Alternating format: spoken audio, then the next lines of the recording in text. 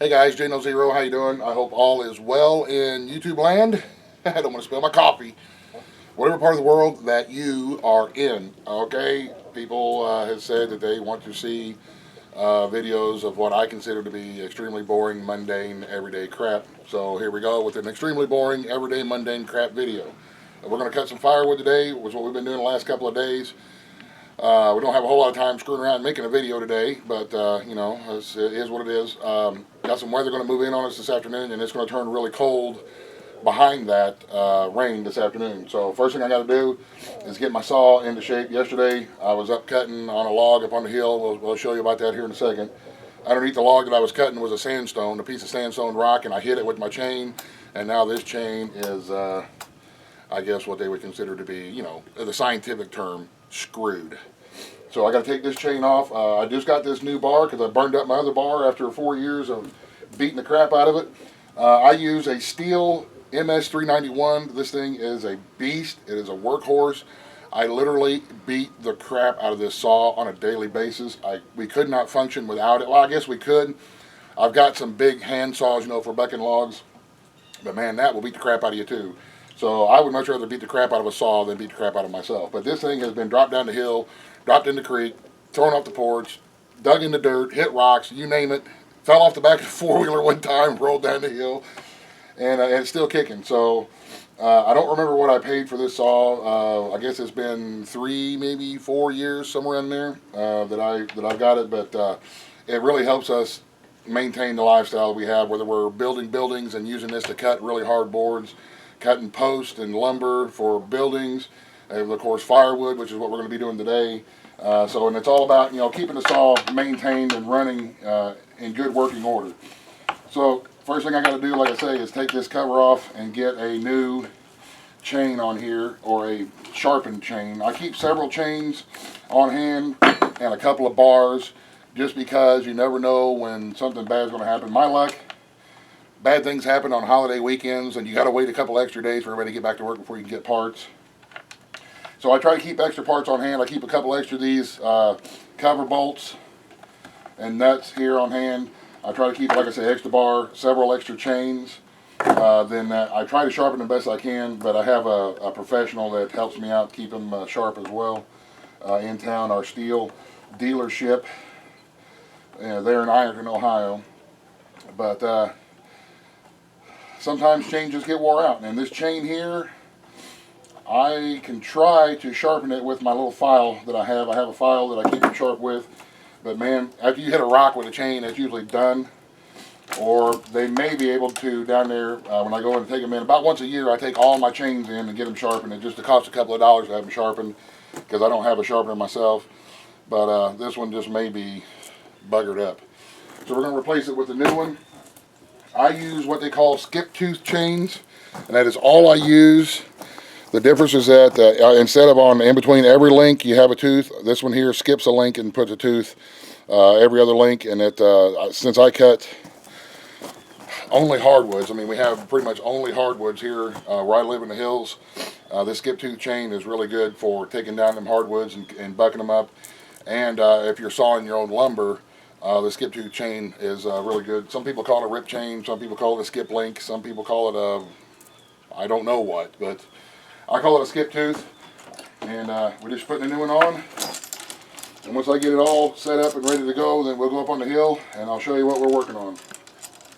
So this will take me a minute or so to get this back in time. And plus, while I have this cover and everything off, I can go ahead and get all this oily sawdust and stuff out of here, try to keep it as clean as I can and in good working order. And because, like I say, we depend on this saw a lot, so proper saw maintenance is a must. So anywho, we will see you guys here in a little bit when I get my chain and everything on and we get ready to get up on the hill.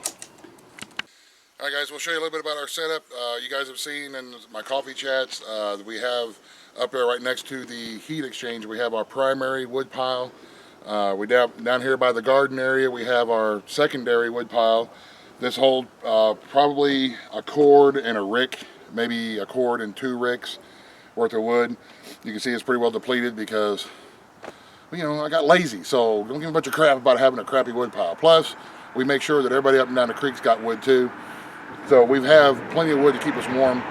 And then when everybody's got a respectable wood pile, then we can start storing it and getting it out of the way. Other than that, we just kind of cut it on a daily basis as we need it. So we bring big rounds down and we stack them over here next to our splitter. And these bad boys are big. That tree was a big honking tree up there. It goes up past my elbow on my arm, and this is not even the biggest round. And I got the great big one here from where we cut the tree down. Muscled it up onto the splitter here. Yes, I pooped a little, but so what? And we split it out here in the garden area. That way all this little stuff and the little pieces of bark and little wood shavings and stuff that come off as you're splitting, we can rake it all out through the garden and use it as mulch or whatever it is that we use it for. So that's a little bit about our setup. This is, like I said, this is our secondary wood pile. And then here in a bit, we're going to jump on the four-wheeler. We got the chainsaw strapped to the four-wheeler.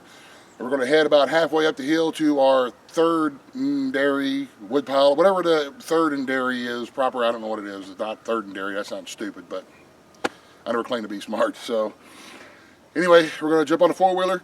And we're going to head up the hill a ways, and we can only make it about halfway up the hill on a four-wheeler, and then we got to walk and carry our gear up to the top of the hill. Well, not quite to the top, almost about 3/4 of the way up to the top, to start working on this big old tree again. Yeah, let's move to the hills and live off the land, they said. It'll be fun, they said. Yeah. You know, it's chilly out. I don't have a jacket on, and I'm a little chilly, but I guarantee you here in just a few minutes we start working, ain't gonna be chilly no more. That's what they say about firewood. It warms you up several times by the time you get it cut and burned and all that good crap. So yeah, anywho, we're starting to work on it. There's a lot of wood that we're gonna split up. So like I say, we don't have a whole lot of time to be screwing around and making videos, but here I am screwing around and making a video. So we're gonna get on the four-wheeler and get up and get after it.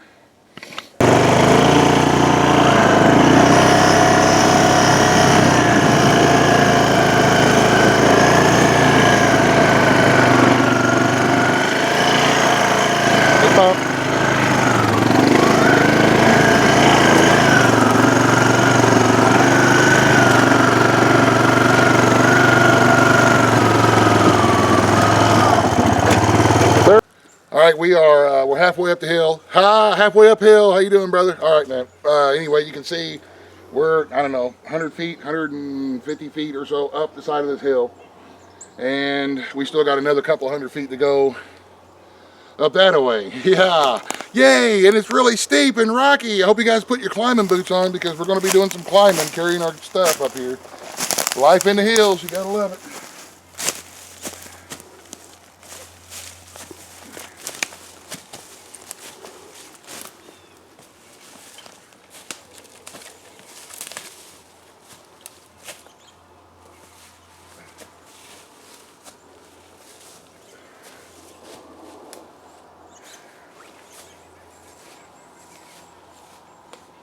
No, it's not a Bigfoot sighting. It's just me clawing up here to get to this log.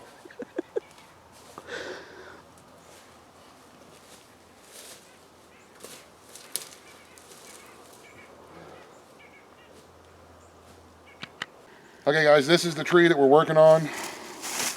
We cut it real high because back in the old days, they had a fence that was nailed to this tree. And as the tree grew, you know, the fence, blah, blah, it's probably 30 years or so. You can see I can't get my arms around it. It's a big old tree. I'm 6'2", about 300 and 310, somewhere around there, pounds. And I can't get my arms around it, so there we go. And there's a view. See, we're not quite to the top of the hill yet. But that's where we had to climb up, that steep part right there. Dragging our gear and all that kind of stuff to come up here to work on this tree. Now, anybody who's been watching me for a while has seen different ways how I get logs from up here to down there to use as either building material or firewood. Sometimes I'll cut them in long sections and put ropes on them and rope them down. Since we've got stuff down there and we've got that nice flat spot with these, we're just cutting into the rounds and letting them roll down, and then we're saying a prayer on the way down that they don't roll all the way down in, smash somebody on the road or smash through Mr. Dingus's. And then, but we're almost up here to the tippy top of the hill. We've still got about another, I don't know, 100, 150 feet of hill. We're up here close to the property line where me and Mr. Pratt meet. And that's cattle pasture that's not got any cattle in it right now, but that's right over here. But this is the top part of the hill that I live on, and there's lots of useful resources up here. It's just a matter of, getting up here to get it. And it does take a lot of work, to climb up and down these hills, especially when you're a big fat guy like me. I got to drag all this weight around, plus all the gear we got to carry up here.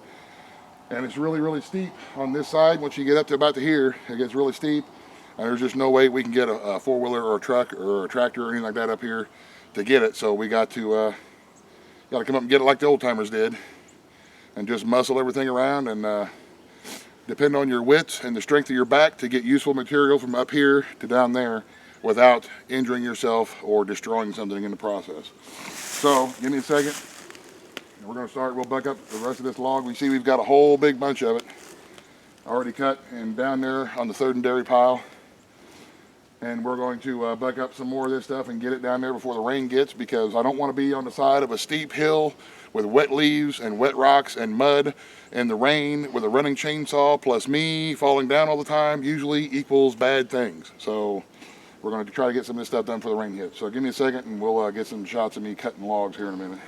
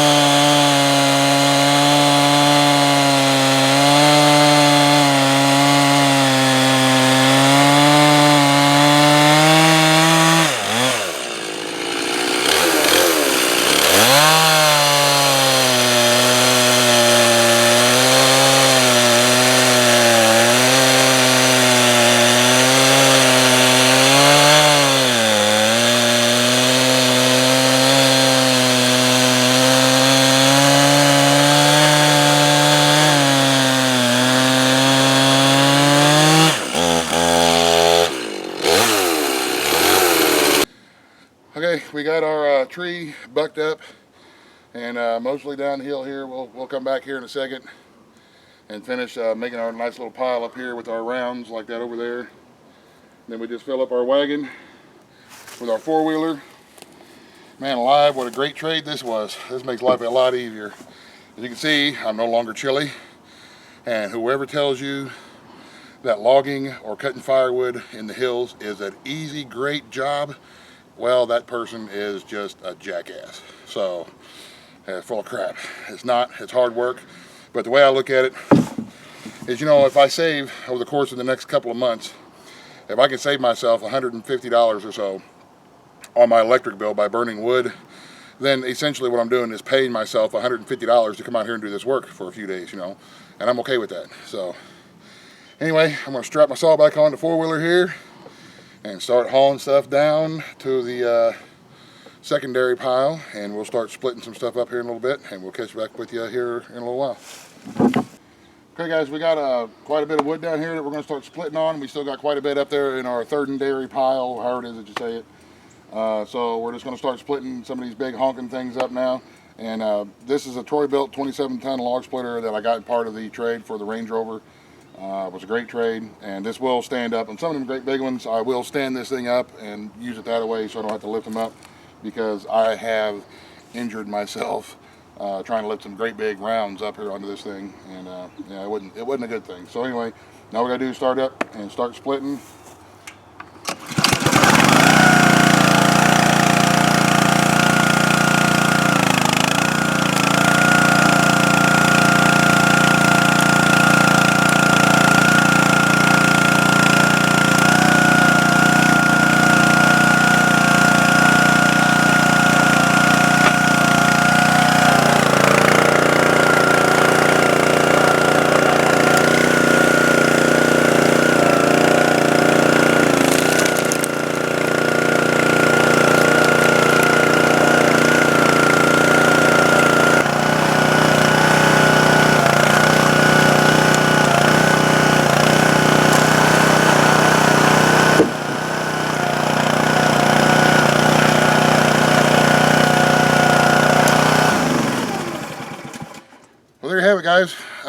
average, everyday, mundane crap that we do around here, splitting the wood. That's one round. One of them great big rounds, almost filled up the wagon.